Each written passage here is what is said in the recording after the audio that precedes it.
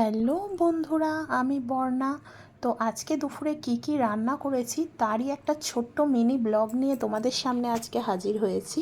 তো তোমরা সবাই কেমন আছো সেটা কমেন্ট বক্সে অবশ্যই জানিও। আমি কিন্তু খুব ভালো আছি। তো আজকের বারটা হচ্ছে বুধবার, আর আজকে কি কি রান্না হয়েছে সেটাই তোমাদেরকে দেখাবো। এই যে ধোঁয়া ওটা গরম ভাত বেড়ে নিয়েছি থালাতে, আর এটা হচ্ছে ওল মাখা। তো কারা কারা ওল মাখা খেতে ভালোবাসো এটা কিন্তু জানাবে।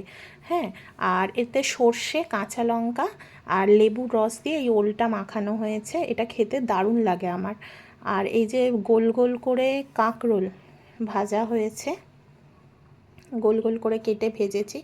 আর হয়েছে কুমড়ো শাকের চচ্চড়ি, কাঁঠালের দানা দিয়ে আর বড়া দিয়ে, বেগুন দিয়ে, আলু দিয়ে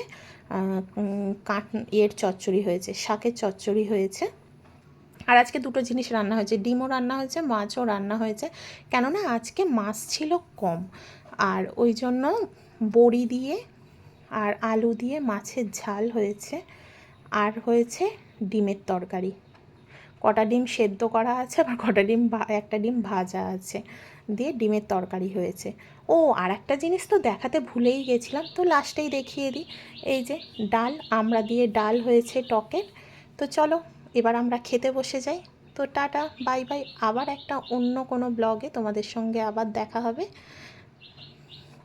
তো তোমরা সবাই ভালো থেকো, সুস্থ থেকো, টাটা।